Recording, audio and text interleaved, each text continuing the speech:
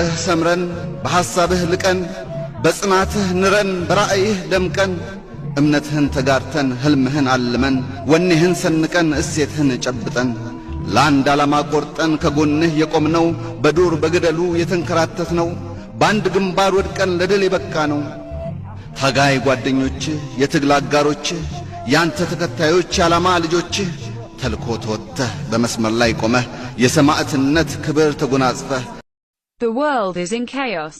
Fundamental upheavals are occurring in many parts of the world simultaneously, most of which are governed by disparate principles. The world is in chaos. There are lots of ripens here and there. Fundamental upheavals are occurring in many parts of the world, governed by contrasting principles. Kissinger. I am, but I believe in evolutionary stability. I do not believe you can ever maintain the status quo in perpetuity. The challenge, then, is to devise a system in which change can be accommodated without producing chaos. I believe in evolutionary stability and natural adaptation. I do not believe anyone can even maintain a status quo eternity. Every single day, we need to devise a system in which change can be accommodated with empowerment. Kissinger. Every society that has ever existed in human history has at some point declined. You can be arrogant enough to believe that it cannot happen to you, but you need the humility to recognize the limitations of human foresight. That said, you must have some faith in yourself. Lack of faith in a society is an early symptom of decline. Every society that has ever existed in human history has to some point faced its decline. We cannot be arrogant enough to believe that it cannot happen to us.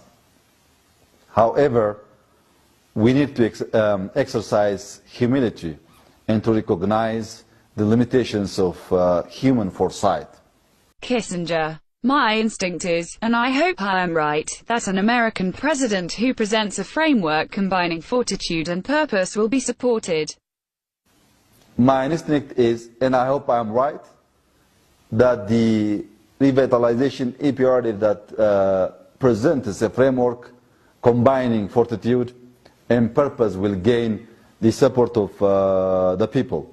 Russell Brand states, fear and desire are the twin engines of human survival, but with most of our basic needs met, these instincts are being engaged to imprison us.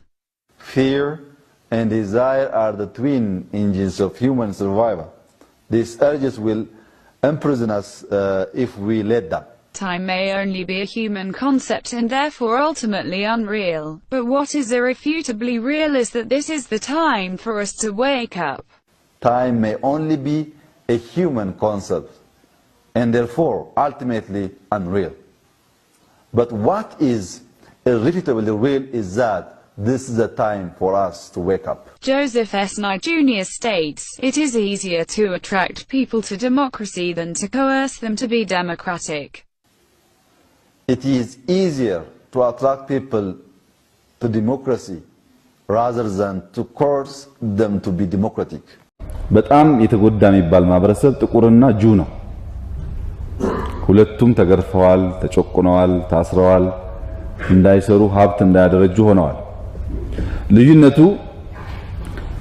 ጁ ከሲቪል ራይት በኋላ ትንሽ መብት መታየት ሲጀምር ዘፈኑ፣ ግጥሙ፣ ፊልሙ፣ ድራማ ወደፊት ሆነ። እንዴት ዓለምን እንደሚችል ኢኮኖሚክ ፓወር መፍጠር እንደሚችል ያስባል። ጥቁር ደግሞ እዚህ ላይ ቆሞ ትናንትና ኮገረፉ ገደሉ እንዲያደረጉ ይላል። አሁን ያለው ትውልድ ትናንትና ውስጥ እንዲኖር አደረገው። እነዚህ ደግሞ አሁን ነገ ውስጥ እንዲያስብ አደረጉት። 50 ዓመት አልሞላም ጁ ሀብታም ሆነ፣ ጁ ፓወርፉል ሆነ፣ ጥቁር ነፃ ደሃ ሆነ። ነፃነቱን አግኝቷል፣ መዝፈን ይችላል፣ ግን ደህንነቱን መቀየር አልቻለም። እናቴን ያገባው ብዙ ነገሯ ልክ እናቴ ነች። ኃይለኝነቷም ጀግንነቷም ስራ ወዳድነቷም ብዙ ነገሯ እናቴን ይመስላል። በጣም ጥሩ ሴት ናት፣ ትጉ ሴት ናት፣ ለህልሜ የቆመች ሴት ናት፣ በችግር ማትናወጥ ሴት ናት፣ ህይወቷን በልክ መምራት የምትችል ሴት ናት። ለሷ ቤተ መንግስትም የክራይ ቤትም ብዙ ሚሞቅ የሚቀዘቅዝ ነገር አይደለም።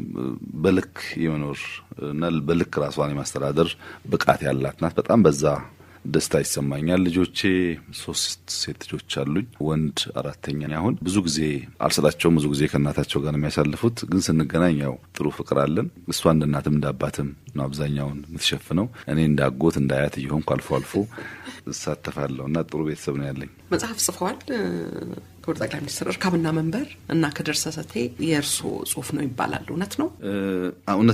እውነት ነው። ሎጎስ በስሙ አልጻፉ ወደፊት ጠቅላይ ሚኒስትር እንደሚሆኑ እርግጠኛ ነበር። እርካብ ላይ እኮ ጽፌዋለሁ። እርካብ ላይ መግቢያው ላይ ስለ ባለቤቴና እናቴ ጽፌ ህልሙ በቅርቡ ኦን እንደሚሆን በጣም በሚያስደንቅ ፓወር አሁን ሳስበው ያስፈራኛል። ሪያላይዝ እንደሚደረግ ያ ቪዥን የእናቴ ቪዥን ሪያላይዝ ይሆናል ብዬ ጽፌያለሁ እርካብ ላይ። ግን ከዛ በፊትም ስፒሪቹዋል ነክ ያላቸው ሎጎስ በለሆሳስ ማሎተ ህይወት የሚባሉ መጽሐፎች ዲ ሃንድቡክ ኦፍ ኢንግሊሽ ሰከንድ ላንጉዌጅ የሚል እና ጽፍ ነበር። አሁን ደግሞ መደመር በፊሎሶፊና መደመር ለሰፊው ህዝብ 2 መጽሐፎች አዘጋጅቻለሁ። አንደኛው በጣም በቅርቡ በአንድ ወር ጊዜ ውስጥ ለህዝብ ይደርሳል። አንደኛው ምናልባት 6-7 ወር ይቆይ ይሆናል። የመጀመሪያው ፖለቲካል ፊሎሶፊው ነው። ሁለተኛው ግን ትንሽ በሜታፎር ቀለል ብሎ የተዘጋጀ ነው እና አልፎ አልፎ ጽፋለሁ። ጸሐፊም ባልባል ጽፋለሁ። በተለይ የስልጠና ዶክመንቶች፣ እንደዚህ የውይይት ሰነዶች፣ በጣም በርካታ ጽሁፎች አዘጋጅቻለሁ። ስነ ጽሁፍ እንደሚወዱ ያስታውቃል። ከመጽሐፍም ሌላ በተለይ የሚሉት ስራ አለ። መላልሼ ባነበው የሚሉት ግጥም ሊሆን ይችላል ወይም ደግሞ የልብ ወለድ ጽሁፍ ሊሆን ይችላል።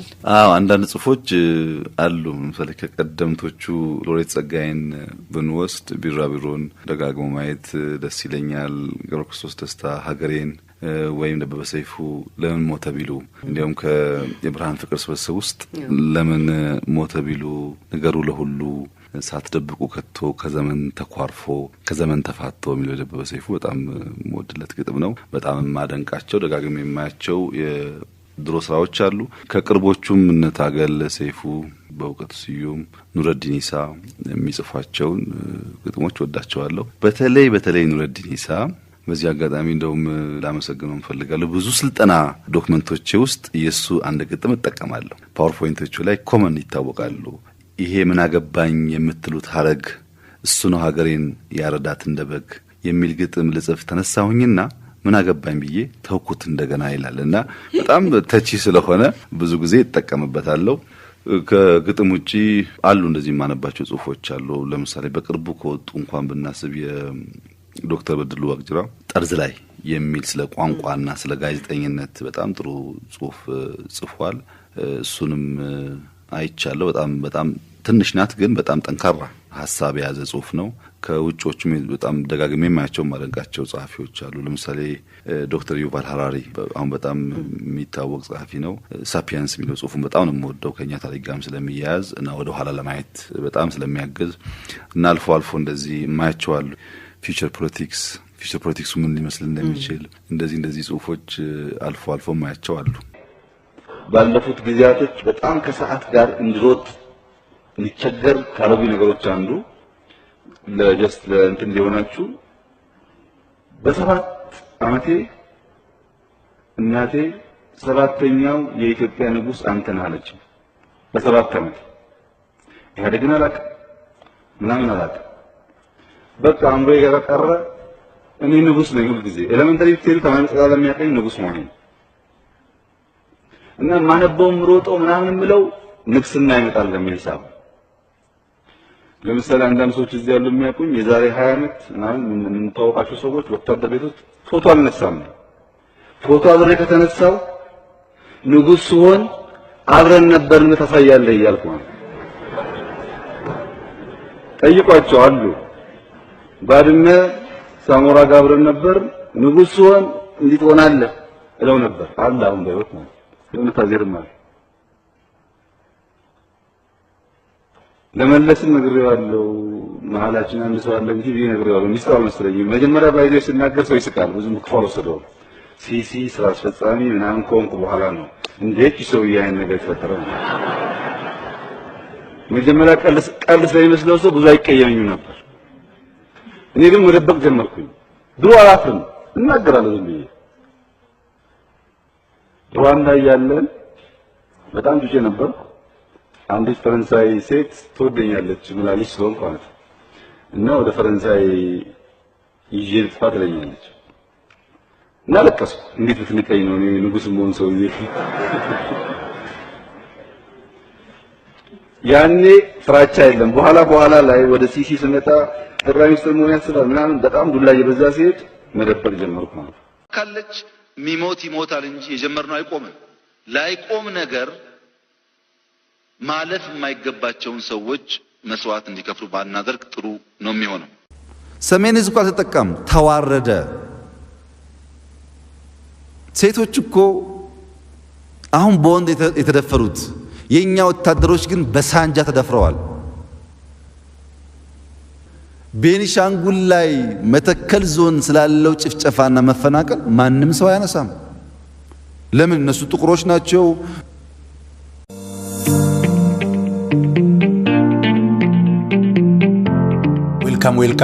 ዌልካም ባክ በገነጋን ዴቢተን በገነጋን ዱፍተን kun podcastii ilma hormaati.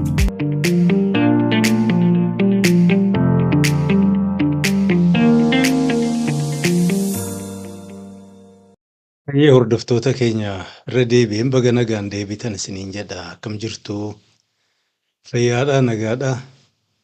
Egaa baay'een keessan seensumarraa kaastanii waan adda marxifadhee ka'ee fi hubatuun oltan jedhee yaada.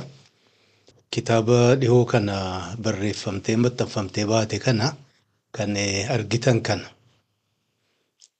Isii kanarraa gaggabaabsee warra ammallee hiree argateen dubbisneef gara fuulduraatiif immoo dubbisuuf niyyaa qabuu fi akka gargaartuuf hamma danda'ameen gabaabsee haqqiidhaan itti waa hin jallisin daqiiqaa gabaabduu tokkoof dubbachuuf an deema.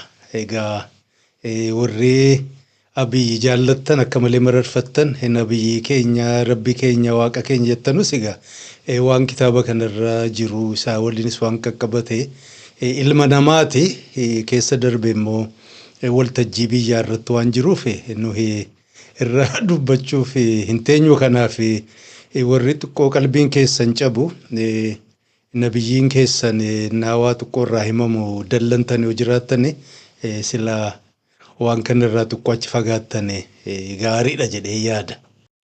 Hayyee kunoo achi kaa'een jira. Warri immoo lakkii waan siyaasaati, dubbii waan biyyaati. Innis nama hiree uummata miiliyoona 100 ol ta'u harkaa qabu. Sanarra dabarfatees biyyoota ollaa uummata ollaa waliin waan walitti hidhataa harkaa waan qabuuf waan isaa beekuun dhagahuun dirqama keenya. Lammii dammaqee waan biyyoo fi irratti qooda fudhachuu fi fedhii qabna warri jettan immoo turaa irraa haasofna. Egaa jalqaba irratti akkuma dhageessanu waan gaggabaabduu amma dura Abiy dubbate kilippii garaagaraa oodiyoo dabalatee dhiyeesseen jira. Wantaan kana godheef irra jireessi hamminaan waan Abiy beeku takka amma tokko suuraa akkaataa sammuunsaa hojjetu yaadni isaa hawwiinsaa maal akka ta'e beekuuf na gargaara. Kanaan fi waan garii immoo darbee inni hojjetu maxxanfamu viidiyoo kilippii fi barruu garaagaraa illee arge. Kana gubbaattis waltajjiidhuma kana gaafa oodiyoon dabarsinu siiznii 4ffaa episoodii 65ffaa irratti Nunnu Waaqoo waajjira Ameerikaa galtee waajjira isaa keessatti yeroo amma tokko hojjetaa turte si waliin illee interview gaggeesse. Egaa kanaan irraa beeka. Kanarraa kanaaf garuu wanta amma kilippii kanarra dhiyaate gariin gahaa miti. Nama tokko guutuudhaan hubatanii amma na fakkaatu jechuun nama dhibaa. Akkuma amma kilippii sanarratti argitanii wanti inni siyaasaa zabanaa kana akka inni hubatee waan amma dubartii jedhamee addunyaan gara gaggalchitu kanarraa hubannoon inni qabu xiqqoo rakkisaa ta'uu isaa mul'ata. Bakka garii irrattis wanti inni dudubbate waa'ee sanyii keessaa amma warra Afrikaan Ameerikaans jedhamu warra Yihudaa irraa dubbate biyyuma keenya irraa illee warra amma Benishaangul Gumuz inni dubbate bara ammaa kana irratti akkaataa namni siyaasaa of eeggatu warra manuu biases, prejudices, anti-Semite baay'inaan himamu kanarraa waan quba qabuun fakkaatu. Kanaaf lakki namni kun hammana qofaa miti mee wanti biraa hojjirate keessaa namni faranjii waa barreessinaa jedhanu oduun dhabduu ka jedhu gaafa maqaa isaa akka baadhate kitaabni kun maxxanfamu dubbisuuf muradhee hiree argadhee dhiyoo kana dubbisee sirraa wanti xiqqoo gabbaasee maxxansinaan namoonni gariin mee amman arganne amma sanatti waan ofii argite nuun qooddadhuu naan jedhani kanaafan itti seene. Egaa jamoonni isin beekuu qabdan Abiyyi kana akka lamatti ilaala amma duras maxxanseera. Nama Abiy jiruu ofii hiriyaa ofii faamilii ofii nama waliin dalagu qabuu fi Abiy siyaasaa dalagu jarri kun warra lama adda baasee ilaala. Abiy inni ijoollee karaa aggaaroo kun akka inni ilaalutti bakka irraa ka'e jiruusaa akkanatti jijjiire of reinvent marraa hedduu godhee jechuudha. Tattaaffii ofiitiin carraaqqii ofiitiin bakka ka'eerra karaa dheeraa deemuu danda'uunsaa waan ajaa'ibaati. Massive respect isaaf hin qaba. Waltajjii siyaasaattuu ogguun laalu amma namoota baay'ee irra guddaa siyaasaan keessaa namni afaan Oromoo dubbatu kuni rakkoon guddaanuu namni waanuma ganda ofii sanarraa darbee ijaarrachuu dadhabuun inni immoo kanarra darbee namoota baakgiraawundii adda addaa qaban bakka garaagaraarraa dhufan jiruu garaarraa kana hundaa waliin neetworkii ijaarratee successful ta'ee aangoo siyaasaa qabachuunsaa waan nama ajaa'ibsiisu waan dinqisiifamaadha waan faarfamuu qabu. Suma dhugaa yoo dubbanne amma sila Oromoo keessa ta'ee waan hojjedha sadarkaa kanatti ol ba'a jedhe abadanee hiree sana argatu inni kaan gosaan achi harkisaa inni kaan maarreedhaan as harkifata eetuma lafarraan ka'e inni kun yoo malqiyamaanuu dhufti kanaaf kana krediitii guddaan isaaf kennaa. Abiyyi ijoollee aggaaroo hojiinsaa waan ajaa'ibaatu waan dinqisiifatamu keessaa biyya sana keessatti predetermination namni baay'een itti rakkatu sana cabsee jechuudha. Destiny ofii isaatiin determine gochuunsaa of rebrand gochuunsaa of recreate reinvent godhee tattaaffachuunsaa baay'een faarsaane. Egaa sana gubbaatti immoo tattaaffiin inni godhe kun hundinuu gama siyaasaatti naa dhufnu maal argamsiisuu fi kayree maal dalaguu fi takka immoo aarii ijaa dhukkuba onnee keessaa maal qaba takka immoo hawaasa kana maal gargaaruu fi ka jedhuga kitaaba kanarraa dubbisuuf deemna gaggabaabseenis eenyu jedhaa waan qabxii gaggabaabsee qabadheen irraan dubbadha. Kitaaba kana gurbaan innaa himatu waggaa bara 2016 biyya sana dhaqee hamman aariyaam 2022 achin ture jedha. Wantan barreesse immoo xiqqaatu waggoota 7-8 obviously 2017 irraa kaasee hamma 2023 waan jiru jechuun waan sana irraa babarreesse amma danda'ameen naannoo garaagaraa keessa deddeemeera. Hojiif achi ture. Correspondentidha. The Economist kan jedhu magaazinii wayii jirti. Isaaniif dalagaa. Egaa kitaaba isaa bakka afurii qoode isaan kana keessatti immoo inni dura waanuma revolution jedha. Warraaqsa bara 1974 tatta'e sana achirratti hirkatee seenaa biyyattii histiriidhuma amma ani warruma magaalaa keessa warruma qeesii fi daaqooniin eenyu goote sanuma recycle godha. Sana irraa dubbata egaa warraaqsuma sanaa waliin walitti hirkifatee dhaloota Abiyyi kanarraa dubbata yeroo inni itti dhalatee erga warraaqsi sun dhoohee booda akkaataa abbaan isaa jiraataa turanii fi jireenyuma mataa naannoo sanarraa waan garii dubbata. Bakka garii irratti dogoggoroo nama godhaa nama hambaati ijoolleedha biyya sanaaf ganna dheeraan turre.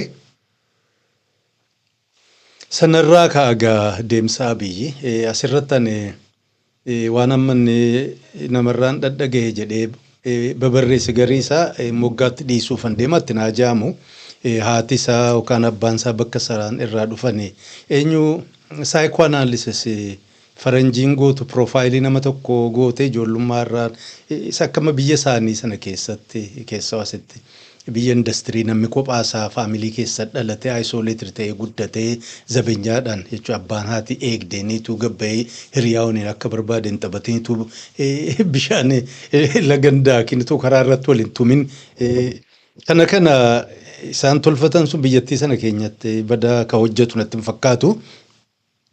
Sana gubbaatti ammoo naannoo amma abiyyitti dhalate sana yoo haqiiqa rabbii dubbatame ilmi namaa karaa hundarraan yeroo adda addaatti dhufee bakka itti jiraate bayyanate yoo Afrikaa kana Morookoo irraa kaasii Liibiyaa kana dabalee Masriidha warra Central Africa Republic Darfurii Suudaan kun martinuu dhufee naannoo sana qubatee dalagatee jiraataa ture koomersiin illee isaan jidduu gaggeeffamaa ture. Gara amma naannoo biraatiin si olaaltan karaa amma Mombaasaa kana Taanzaaniyaa Somaalee kana Somaalee kibbaa Moqaadishoo irraa kaasee jechuudha. Warri durii South East Asian Omaanii jedhaman isaan jalatti morma Parshiyaa ture sana warri amma ofiin Sharifa jedhu Ashrafa jedhu suni South East Asia keessatti akka eenyudha kaastii wayitti uummata warri amma Hassanii fi Hussein irraa dhalanne jedhan sun ofiin Ashrafa jedhanii uummata sakaan tuffatan waan Islaama keessa illee hin jirre jechuudha. Isaan dabalatiiti baay'een isaa karaa naannoo amma himnu kana namni baay'ee dhufeeraa Yemeniitti dabalee Xaaliyaanii, Armanii, Giriikii, Yuudaa kaafeen jiru kanaaf wanni nama ajaa'ibu takka illee jiraachuu hin danda'e. Eertiraa dhufee jinnii dhufee uumaa. It doesn't matter anaaf waan guddaa miti jechuudha. Lammaffaa waan isaa miti inni kan itti rakkannu erga inni nama guddaa ta'e umriidhaan jechuudha of danda'ee waan hojjete gara inni itti bobba'e sana laalla kanaaf ajandaa haadha isaa achuma moggaatti inni isaa haati isaa wanti isin goote hin jirtu nama qabrii jiru ol kaasanii waan inni hojjenne haasa'uun gaarii miti. Kanaaf kanarraa illee gurbaan hin babarreessa. Egaa abiyyi jiruusaa guddate gara amma Ihaadegitti erga seenee booda achi booda lola Eritiriyaa sanas qooda fudhate. Bara 2000 toora bara 2000 amantii warra amma Pentecoostal jedhamu amantii sana jijjiirrate sababa isaaniima. Achi boodas gara Ameerikaan deemu nama amma Gammachiis Dastaa Buubaa jedhamu isaa wal baratuusaa warra Prosperity Gospel jedhamtu isaaniinis hariiroo tolfachuusaa xiqqoo warri Prosperity kun amantii ta'ee waa shaqqalachuu fi warri collee waan tolfatte fakkaatti isaa waliinis hariiroo tolfachuusaa jirri kun egaa isaan keessaa xiqqoo wanni gaariin self improvement isaan irratti tattaaffii isaan godhan namni tokko individualistic jiruu isaa wayyeessachuuf dream godhe jechuun waan garii laallattee abdattee argachuuf tattaaffatte nama dhugaa ta'a waan isaan jedhan name it and claim it or blab it grab it jedhanii health and wealth gospel jedhaniin walumaa galattuu namni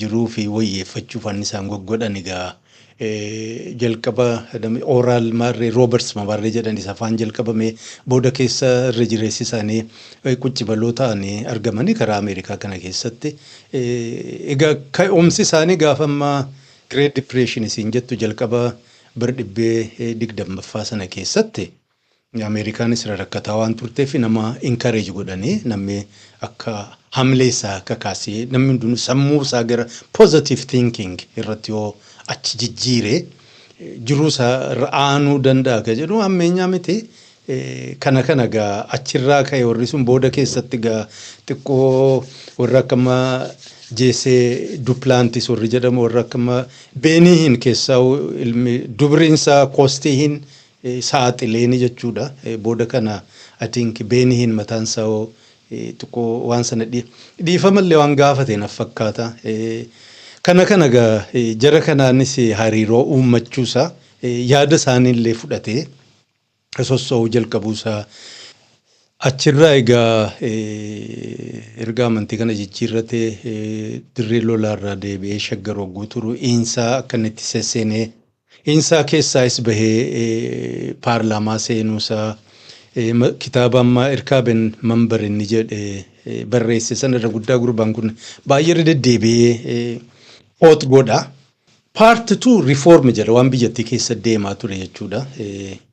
Rabshaa Oromoo protest qeerroo warri kaanis goggodhaa turan achirraan Abiyyi akkamiin warri kaanis tattaaffii isaan godhaa turan wal dhibbeenee Ihaadig keessatti uumamee paartiin sun diigamee warri OPDOf garri biraas paartii isaanii ijaarrachuu achi Abiyyi akkatni maaniiver godhee aangootti akka inni itti dhufe kanarraa dubbata gaafa inni aangoo dhufe warri alaa kun akka malee hidhatanii isa gargaaru maallaqa IMF fi World Bank dhiyoo kanatti gadhiiste kana gaafas kennuu fi qophaa'aa turan market liberalization hojiirra nu oolcha akka jedhuun abdatanii turani kanaaf institutioniin garaagaraa namoonni bebbeekamoon hundinuu hidhatanii marxifatanii isa gargaaraa akka turan akka Tony Blair institutiin isaa inni mataa isaa dabalatee faarsaanii akka ture United Nations Development Program hin beektanii baay'een biyya alaarraa nama baay'ee biyya galchanii yoo profaayilii namoota galee sana naa laaltan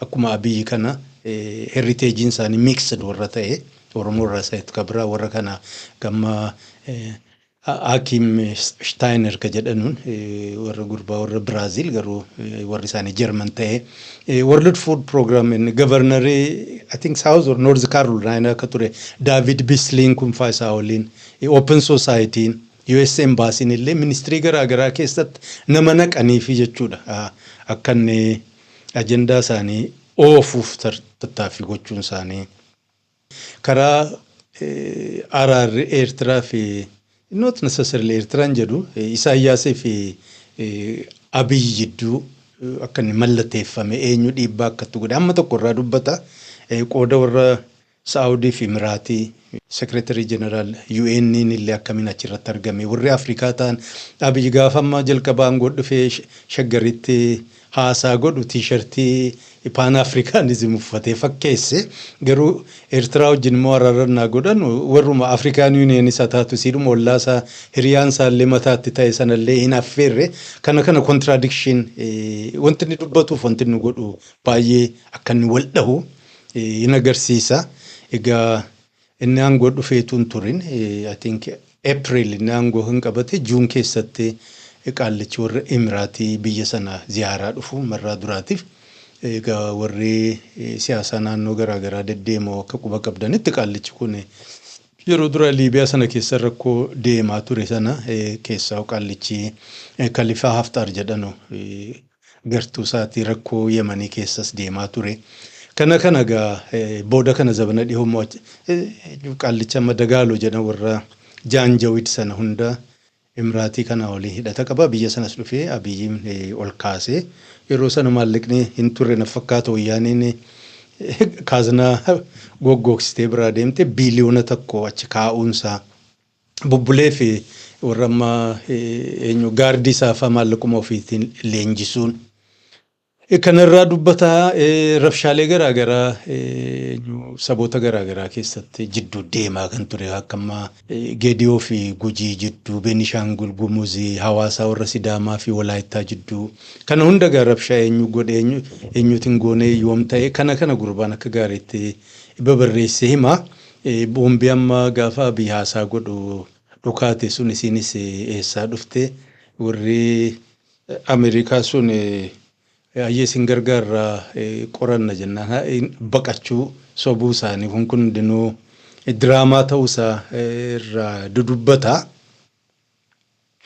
Achi part 3 crisis jedha gamma karaa hundaanuu walitti bu'iinsi uumamuunsa qeerroo waliin bu'uu Jawaar waliin bu'uu warri ijoolleen abaa'oo didanii bosona bahuu isaanii Amara nationalism akka malee babal'achuusaa Asaamminoo Tsiggee Ambaachoo Sa'aare Mokonnin gurbaa injiinara sana waan hedduu gaa biituusin jajjeeqama jalqabuusi bal'inaan irraa dubbata keessaa dhihaa sana keessatti gama tokkoon marroon kumsaa dirribaa.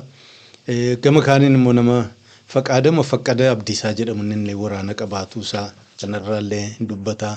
Prosperity gospel kan amma siniin sila jedhe warri prosperity Ameerikaatti jalqaban sun paartiinis Abiy maqaa sanaan tolfatee waajjirri isaa akkuma amma positive thinking mariinuu hin jiru jedhan waan hamtuun dadhabinsi kufaatii jechoota mallee namni ofirraa eeggatan hin jedhama jedha Abiy hin jaallatu. Abiy yeroo hundumaa waan gaarii waan positive ta'e dubbadhaa jedha hiyyummaan it's an attitude problem akkuma amma warri prosperity jettu san hiyyummaan cubbuudha jetti. Waa kennuun nuuf kenna jetti sanaa akkuma interestitti lakkoofti kanallee practical. Sorry, practice akkanatti godhu. Inni kaabinee illee walgahii waamee mariin hin jiru jedhanii inni ajandaa ofiittuma qara'ee itti lallabee deemuudha. Projektii akka malee jaallata. Projektii sana halkanii guyyaa jala fiiga akkasiin hojiirratti ooltu barbaada. Akkuma warra amma prosperity gospel irratti barate sana yoo positive yaadde yoo of qopheessite yoo biiroon kee qulqulluu ta'e yoo magaalaan babbareedde magaalaaf waan magaalaa fakkaatu hoteelaaf waan riizoortii fakkaatu akka malee jaallata jedhee yoo akkas goone biyyiin guddatti ka jedhu simplistic ka ta'e kanaan deema ka jedhu dubbatamaa. Amii kana gaa itti daddabala final part 4 kanuma beektan lola akkaataa lolli sun itti ka'ee hasaasama akka ture qophii godhamaa ture warri faranjii maal jette warri kaan maal taate TPLF akkamiin miskalkulee gootee achi booda akkamiin waraanni Itoophiyaa fi Eertiraa daaraa isii godhee achi booda abiyyootee paarlaamaa seenee duqee toonwaal inni jedhee sunis nafni immoo deebitee biyya nyaattee ol kaatee dhuftee shaggaritti naa dhiyaattu warri Ameerikaa martinuu qophaa'anii aangoo olmast isiidhaaf kennuuf na haasa'amaa jiru. Ameerikaa keessatti alliansiin maqaa yaada kana waliin dhaabbachuu fi State Department waliin waamte sun innaan hashar bashar ta'uus abaa'oo boonis akkirraa eegame sana gaafa wayyaaniin shaggaritti as deemtu sossa'uu dadhabee achuma fagaateef kun innaa laalanu hin ta'u already beekanii kanaaf immediately warra Imiraatii kanatti ajajni kenname bakka jiru meeshaan itti guuramee fi wayyaaniin akka gandasii deebitu godhamee achi booda araarri kun eessaa ka'ee eenyufaa kaasee garamiin Seychelsitti walgahiin akkamiin iccitiin akka godhamee maal sodaataa ture inni kun akka hin dhagahamne so kanaa fi kana fakkaatu bal'inaan in detail jechuudha akka joornaalistiin waa barreessuut jechuudha oduudha bakka rabshaan jirtu bakka yaa'iin jirtu kana hunda waan waggaa 6-7 darban xiqqaatu 2016 kaasee hamma 2023 waan jiru main conflict areas kana kaasee tuqee barreesseera bakka garii irratti historical waan ta'e barbaade contextualize gochuuf illee yaalii godheera. Egaa mata duree irratti akkuma argitan Abiy haa jedhu malee wanti kun jechuun gurgurtaaf illee ta'uu mala popular maqaan isaa waan ta'eef sababa amma Nobel Prize sanaan addunyaan hin beektini bakka baay'ee irrattis eegamee ture yaangoon tureef amansiiseera kanaaf yoo maqaa isaa irra keenya hin gurgurama ka jedhuun irra kaa'an fakkaata malee waanuma Itoophiyaati waan tatta'a ture waan waggaa 5-6 darban kanarraa dubbata. Egaa ka beekuu qabnu kan barreesse kun joornaalistiidha nama seenaa qoratu miti waan guddoo waan irraa eegnu hin qabnu haa ta'uti isanuma keessatti Abiyyi eenyu Abiyyi maal barbaada garam deemuu barbaada ka jedhu kana inni nuyi nama arguu ka danda'e hin fakkaatu ammoo bakka garii irra deddeebi'ee tuttuqeen inni agarsiisuu yaale keessaa kan inaan fudhe tokkoffaa warra prosperity kana akka malee jala deemeera keessaa amma gammachiis dastaa bubaa kana inkaasaanii influensi irra godheera Mira Dabbabee jedhallee Baqqala Walda Kidaan igaan tokkoon si'uun beeku maqaa dhadhaa Suraafeel Damissee jarri kun akka malee dhiibbaa irra godhaniiru jedhama. Maaliif isaan kana bira deeme dhugumaan waan isaan religiously oofan kana amaneetmoo maali ka jedhullee of gaafachuu dandeessanii. Haa ta'u waa hunda keessa kan na ajaa'ibsiise kan inni quban qabu ture warra Pentekostaal keessatti biyya Ameerikaa keessatti xiqqaatoti 70 irraa ka'ee ol kakka'aa dhufan kana Gruppii kana waliin hidhata kan qabu kan shakkiidha mucaan lafa kaa'aa garuu hojii isaan naa ilaaltan hin fakkaata. Kingdom Now Seven Mountain Theology Dominionist jedhanii jarri kun egaa Ameerikaa keessatti zabana dhiyoo kana amma dura I think Reegaaniin illee zabana isaa akka tokko gabaa argatanii warri kun Ameerikaa irraa naa ka'an biyyi keenya biyya kiristaanaati warri kiristaanaan taane waa hedduu jijjiiraa jiranii kanaaf biyya keenya deeffannee to'achuu qabna. Yesus Kiristoos yookaan Iisaan akka inni dhufu ammarraa kaanii waa hunda qopheessuun nurraa eegama. Kanaaf seera amantii kiristaanaa akka duraatiin buluu qabna warra jedhu istirateejii isaan ittiin gargaaraman keessaa tokko 7mm jedhan yookaan 7 Mountain Mandate. Kanaaf akka isaan laalan waa torba infiltrate gochuu qabna. Gaara torban kan irratti ol bahuu qabnaadha. Torban kun maali yoo jettan fakkeenya faamiliin akkuma sirna kiristaanumaatiin buluu qaba.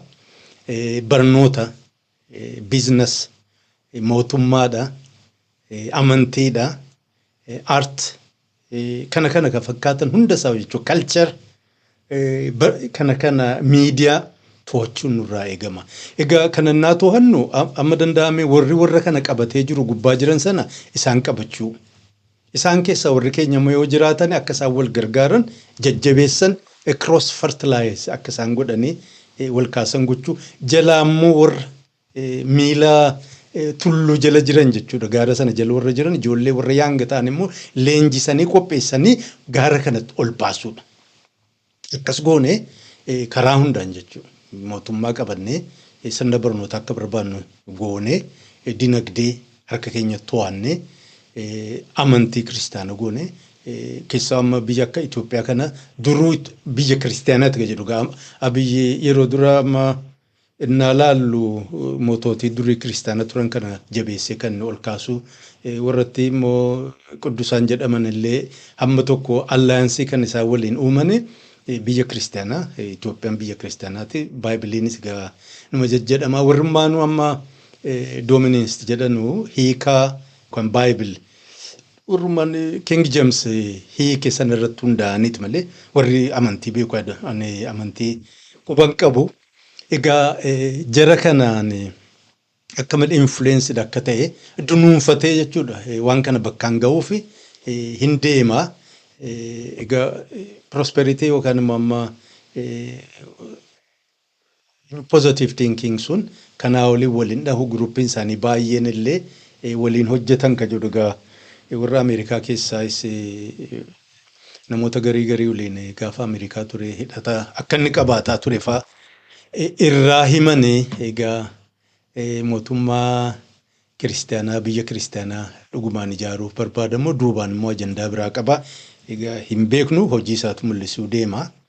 Eenyu kitaabuma kana keessatti amma Shimallis Addunyaa fa'aa Shimallis Abdiisaa fa'aa maqaa dhahee federaalistii waan Oromoo maarree jedhamu kanarraa abiyyumaa hin amanu.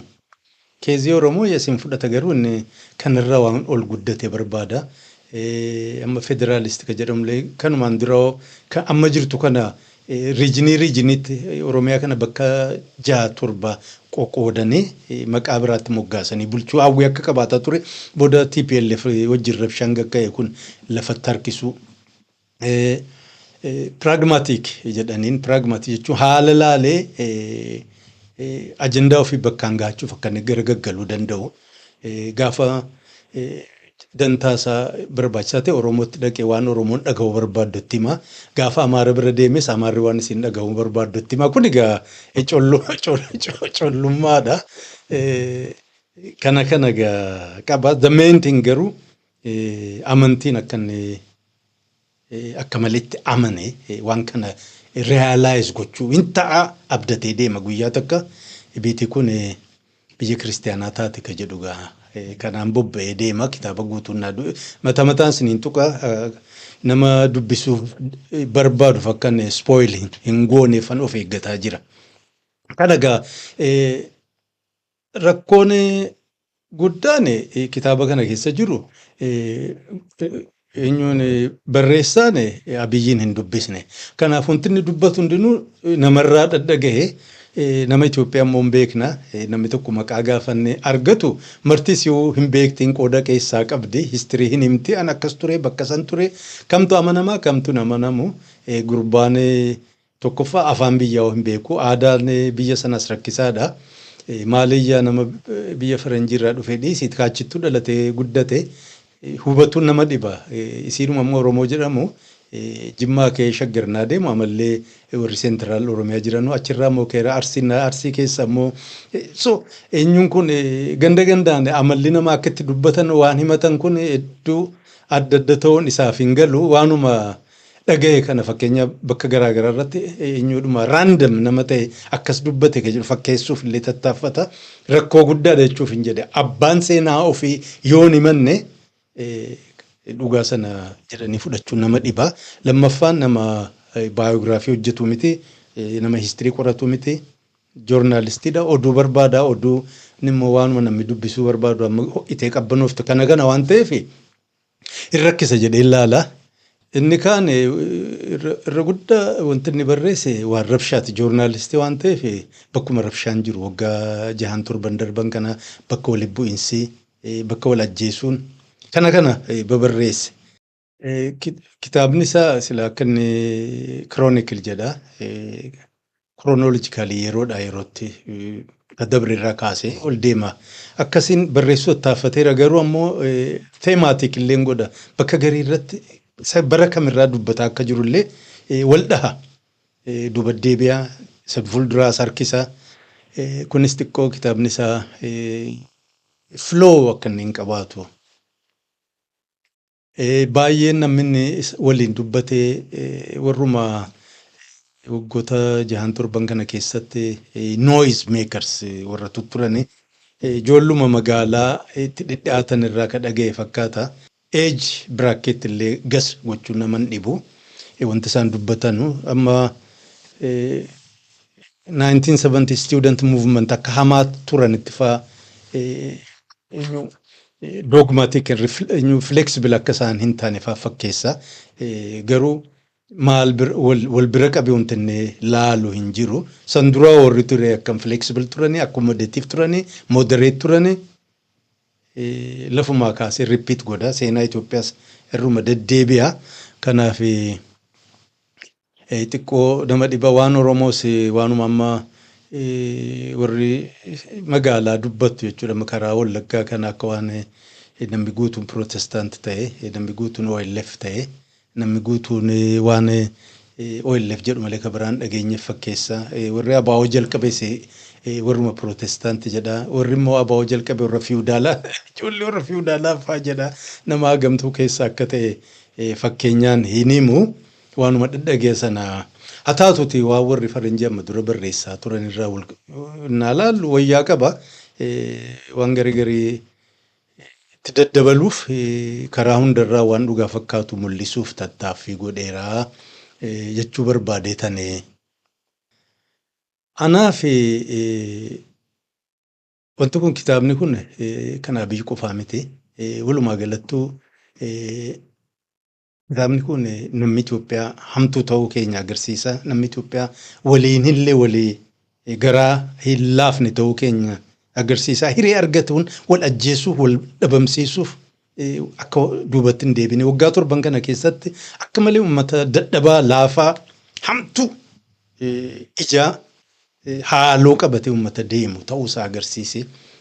Sheekii qeesii maanguddoo abbootii gadaa mitirkisee takkallee kirraa namummaa qabu keessaa mul'achuu dhabe ta'uusaa agarsiisa. Muciyyoo tokkittii tokko filsan jedhaniin ministeera ijoolleef maarree kattu isii qofatu namummaa qabaachuu akka kitaabni kun mul'isu jechuudha warra maqaa qabu mul'ate keessaa. Isiit mul'ate isii didee waan deemaa jiru keessaa dubartii fi ijoollee irratti waan hojjetamaa jiru diddee falmatte warri hafee tokkoon isaa namummaan qabu. Kanaaf ani kitaabni kun hammeenya waggaa torban kana dalage hundi keenya in one way the other contribute goonee irraa ta'u immoo warri qooda guddaa irraa fudhatanu Abiyyi tokko jedhaati Isaayyaas Aforqii, Ahmed Shidee, Abbaa Dulaa Gammadaa, Abbaa Isahaay, Andargaachoo Tsiggee, Asaaminaw Tsiggee kaan ofiisaatii keessatti of dhabe Bileensiyyuu, Burtukaan Miidhagsaa, Biraanuu Juulaa, Biraanuu Naggaa, Daaneel Baqqala, Daaneel Kibret, Dabratsiyoon Gabra Mikaa'el, Dammaqa Makonnan, Iskindir Naggaa, Geediyoon, Timoosiyoos moo maal jettiin namtittii sana maqaa isaarra deebi'een dubbisa sirnaan. Geediyoon Timoosiyoos Giriik maqaa Giriikii na rakkisa. Gadduu Andaargaachoo, Gammachiis Buubaa Dastaa, Geetaachoo Asaffaa, Geetaachoo Raddaa, Hayilamaariyaam Dassaaleny, Kumsaa Dirribaa, Jawaar Mohaammed, Lammaa Magarsaa, Maammoo Miratuu, Ma'aazaa Ashannaafi, Mirat Dabbabee, Mufriyaat Kamaal, Niyaamin Zallaqee, Saalaworq Zawdee, Siyyee Abrahaa, Sibahat Naggaa, Shimallis Abdiisaa, Suraafeel Damissee, Taammaኝ በየነ ተመስገን ጥሩነህ ታደሰ ወረደ ጻድቃን ገብረትንሳኤ ይልማ መርዳሳ ዘመነ ካሴ ዛዲግ አብርሃ ወርቁ አይተነው ከነን ሰልጲነ ጀቹዳ ሐሜኛ ኢልሚነማ ጥቃት ሚሊዮናን ለቃሙ ወጎተ ተርበን ከነ ከሰት ልቡ ደቤ ጅሩ ደቤ በከጅራቱራ ቡቄ ነሙማን ቶታሊ ደበሜ ጀቹ ደሎን ነገር ፉልድራቲቭ ዴቤና ላሉ ጀረከና ሮሊ xiqqaatoo guddaa warri taphataa ture gariin namaa saafeera ammuma yaadadhe liisti godhe. Jarri kun isin jiran kitaabuma kana keessattu kanaaf abii qofaa miti jechuufamne yoo lola jedhame yoo maqaa waaqaa godhame waamame yoo aangoof deemuu sababa ta'e kanneen martinu qooda keessaa fudhataniiru. Egaa itti gaafatamaan hin jiru biyya sana keessatti seenaa kanna dheeraa mul'ate walirraa baratuun hin jiru kadabrarraa baratuun hin jiru warri amma zabana dargiitti namummaa dhabee ajjeefamee salphata'e suni isaanis gaafa isaanii ilma nama kanaatiif garaan laafne tuffiidhaan deemanii sanyii ijaaranii gariin isaanii warri isaanii biyya arabaa ta'uu saawuz eenyu eeshiyaarraa ta'uu eenyu Mediterranean irraa warra dhadhalate kun isaan ofii jechuudha amma mixed heritage yookaan mixed race brown ta'uun isaanii sanyii olaanaa of godhanii isa kaan immoo warra biyyaa cabsanii xiqqeessanii history isaa xiqqeessanii namummaa isaa xiqqeessanii kiristaanaa taanu musliimaa taanu amantiin tokko hin dhowwineeni kanarraa waa tokko wayyaa'uu dhabuun isaanii egaa kaarmaan hamtuudha 70moota keessa immoo isaan salphatan. Warri isaan salphise sun aangootti naa dhufu olaantummaa isaa injifannoo isaa himachuu malee sanarraa maal baranne wanni kun akka deebi'ee biyya sanarratti mul'anne maal gochuu qabdan goone dargiin Raashaan Kuubaan Yemaniin gargaartee Somaaleerra aante injifannoodhaan samii gadhiisaa jedhamee hin sirbamee arungaadee zamachaa maarree diina keenya maarree keenya himamuu malee abboo hawaasni kun rakkoon kun ispiriitiin hamtuun jirti uummanni baay'een jenereeshiniin dheeraan ituu haqa dargatiin du'ee gabrummaan sibiilli morma irratti hidhamee gurguramaa ba'e kanaaf akkamiin exercise gochuu dandeenya akkamiin hawaasa keenya keessatti baasuu dandeenya ka jedhu hiyyaanne tuma isaan dhaadatanu nu malee namni hin jiru suma jedhanu siingaan immoo hidhattee dhufte isaan darbatte isin darbattee dhufte saayikiliin kun nu biratti dhaabbatu hin jenne loluu miti lola uumuu dandeenya dhaadatan ilma namaa kana ajjeesanii ganda keessa deemanii hidhanii concentration campitti galchanii faranjiin harka dhahee fi gammadanii hin dhaadatanii nu malee namni hin jiru. Sirna ajaa'ibaa ijaarreerraa mata maarriirraa baasneerraa quufa dhufe darbamanii caakkaas seenanii cabanii salphatan. Warri amma immoo hireen kennitee fi isaan sana cabsuu danda'e Imiraatiyaa ta'uu Ameerikaa ta'uu Yihudaa ka biraa gargaareen dhiironni kun waan wal fakkaataa tamma dura ta'e gab jedhanii dhaabbatanii maal rakkoon biyya kanaa akka ofii barbaadan akka ofii ilaalan amma deebisnee biyya kiristaanaa doominion Yesuus Kiristoos dhufuudhaaf qopheessinee nutis qooda keenya akkuma warri Ameerikaa jedhaa jiru kana Doonaald Tiraamp aangootti ofinne biyya Laatiin Ameerikaas bakka hedduu jijjiiranii Afrikaa kana keessa Naajeeriyaa, Zaambiyaa, Eeshiyaa kana Singaappoor isaan sana amananii isaan kunis yaada isaaniitiin amma abiyyamma isa fakkaatan hedduudha mootummaa isaa keessa warri jiran yaaduma wal fakkaataa sanaa warra deeman akka gurbaan jedhutti jirri kunis maraataa jiran fundamentally saayikilii sana keessaa karaa baanu hin jiru namuu gaafa ofii dhufee waan ofii mana ammate gabaabduu sana fudhatee fiiguu malee kontiiniiti biyyi sun uummanni kun kalleessa waan ijaarame irratti xiqqoo wayyeessine suuta jiran hawaasni kan jijjiiramu gradual piecemeal malee halkan tokko wanni jijjiiramu hin jiru irreedhaan humnaan nan godhe hojjettellee yeroof successful hin taata hawaasni aadaadha recoil godha bakka kaleessaa sana deebi'a suma salphataa wanta hojjette sun kasaaraa ta'e akkuma warra si dura dhufe sana cabsitee balleessite warri si duubaa dhufus kan kee balleessa so saayikilii kee kana agarsiisa kitaabni kun jechuuf hin jedhe hammeenya hima wal ajjeessuu wal xiqqeessuu wal ganuu maqaa wal xureessuu hammeenya akka malee hamtu taate ta'uus biyyi sun kaabaa kibba bahaa dhihaa uummanni hidhatee waliin ka'uusaa almost biyya majoritiin isaa amantii himatu amantiin sun superficial eenyuma akkama maaskii guyyaa dibatanii deeman sana malee tokkollee coraa gadi kattin seenne ta'uu mul'isee kanaaf diteelii babbareedaa mimmi'aa warri beekuu barbaadan barbaadaa dubbisaa ammaaf hard cover irra jira gara fuulduraatiif egaa gurbaanis probably afaan biyya sanaatti jijjiirrachuu danda'a kanaafan irraa of qusadhee egaa eenyuun 7 mountains mandate abiyyi fi 4 kan isaa qabatee deemaa jiru kun bakka gahamoo bakka hin gahu himuu hin danda'u garuu amantiin qabatanii deemuun inni kun warruma ammaa ISIS jedhanuun takka immoo warruma Al-Shabaab jedhanuun adda hin jiru. Humna mootummaa qabatanii waraana mootummaatiin security mootummaatiin qabeenya biyyaatiin waan kana ijaarraa jedhanii deemuun isinis rakkoo biraa fiduuf deemti. Egaa warri waan kana dhaga'u dhiisaa yoo jedhaniin gaariidha naf fakkaataa kanumaa isinittiin dheeresse. Egaa warri kitaaba dubbisuu jaallattan gaafa argattan haraatii gaarii isiniif haa ta'uun jedha. Kanuma yeroo biraa amma kitaaba biraatiin walitti deebinutti nagaan jiraadha. Bye bye.